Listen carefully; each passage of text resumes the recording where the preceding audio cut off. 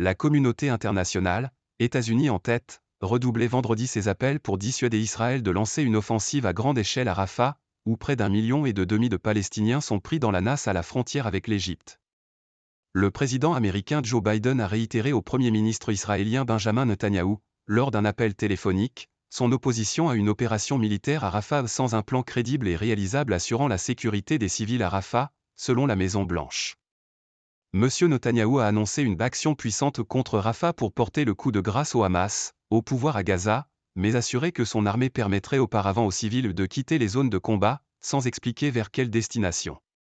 Environ 1,4 million de personnes, dont beaucoup déplacées à plusieurs reprises, s'entassent à Rafah, transformé en gigantesque campement. Plus de la moitié de la population gazaoui s'entasse dans moins de 20% de la bande de Gaza, résume l'ONU. Rafah est en outre le principal point d'entrée de l'aide humanitaire depuis l'Égypte, contrôlée par Israël et insuffisante pour répondre aux besoins d'une population menacée par la famine et les épidémies. Travailler sans relâche pour les otages. Lors de cette conversation, Joe Biden a également réaffirmé son engagement à travailler sans relâche pour assurer la libération de tous les otages dès que possible.